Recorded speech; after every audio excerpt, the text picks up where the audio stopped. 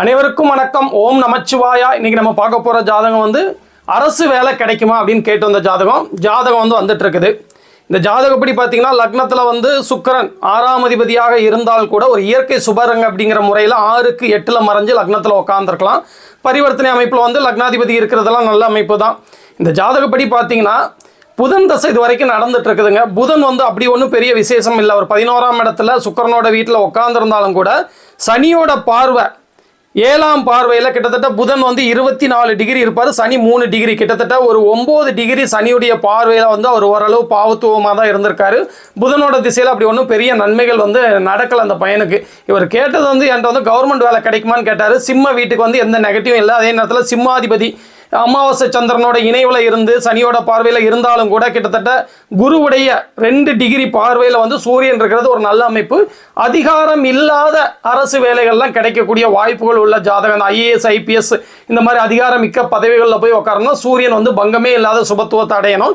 குருவுடைய பார்வையில் செவ்வாய் சுபத்துவம், சூரியன் சந்திரன் இந்த 3 கிரகங்கள் சுபத்துவமாக இருந்தாலும் கூட இங்கே சந்திரன் வந்து நீச்சம் அப்படிங்கிற ஸ்தான வலுவிலையும் நீச்சங்கிற ஸ்தான வலு இல்லாமையும் அதே நேரத்தில் அமாவாசை சந்திரனையும் இருக்கிறதுனாலையும் சனியுடைய பார்வையில் இருக்கிறனால சந்திரனை வந்து நம்ம எடுத்துக்கிட முடியாது சுபத்துவ கிரகம்னு கொஞ்சம்.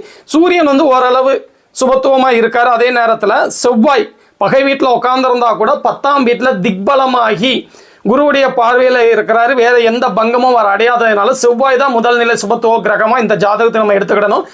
எந்த மாதிரி வேலையை நீங்கள் எதிர்பார்க்குறீங்கன்னாரு. போலீஸ் அடினாரு.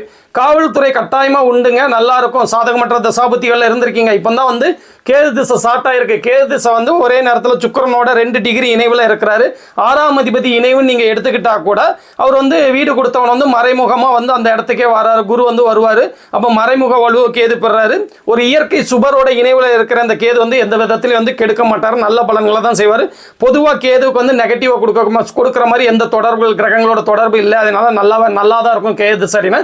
அவர் வந்து இந்த மாதிரி நான் வந்து காவல்துறைக்கு ட்ரை பண்ணிட்டு இருக்கேன்னாரு.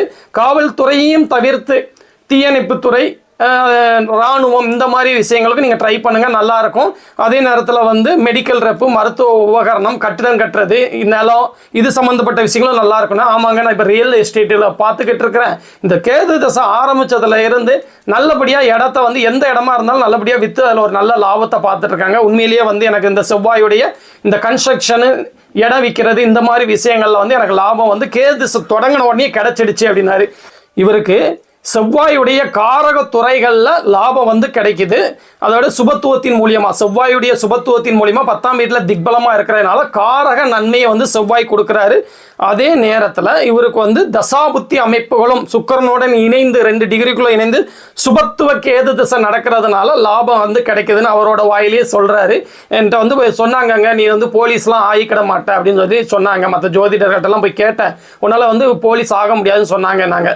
நான் இப்போ சொன்னேன், 10ஆம் வீட்டில் திக்பலமாக குருவோட பார்வையில் சுபத்துவமாக இருக்கிற இந்த செவ்வாய் திசை உங்களுக்கு நல்லபடியாக அந்த செவ்வாயுடைய காரகத்துறையில் தான் இப்போ நீங்கள் இருக்கிற ஃபீல்டே வந்து செவ்வாய் காரகத்துவ ஃபீல்டில் தான். இதில் நல்லா சம்பாதிக்க முடிஞ்சதுன்னா கட்டாயம் வந்து உங்களால் காவல்துறைக்கு போக முடியும். சாதகமான தசாபுத்தி தான் நடக்குது, கேது தான் நடந்துட்டு இருக்குது. அதுக்கப்புறம் சுக்கிர தசை வருவார். இந்த லக்னத்துக்கு வரவே கூடாது, 6ஆம் அதிபதி தசைன்னு சொன்னால் கூட அவர் நேரடியாக பாவத்துவம் அடையலை, எந்த ரீதியாகவும் ஒரு பாவத்துவம் அடையலை. செவ்வாயுடைய பார்வை வந்து அவருக்கு பிருகுமங்கல யோகமாக தான் செயல்படும். அவர் கேதுவோட தான் இணைஞ்சிருக்காரு. ராகுவோட இணையில சனி அமாவாசை சந்திரனோட தொடர்பை அவர் பெறல. 6ஆம் வீட்டுக்கு 8ல் மறைஞ்சு உட்காந்துருக்காரு. இத்தனை நல்ல விஷயங்கள் இருக்கிறதுனால கண்டிப்பாக கடினமான முறையில் வந்து முயற்சி பண்ணுங்க, காவல்துறையில் நல்லா இருப்பீங்க.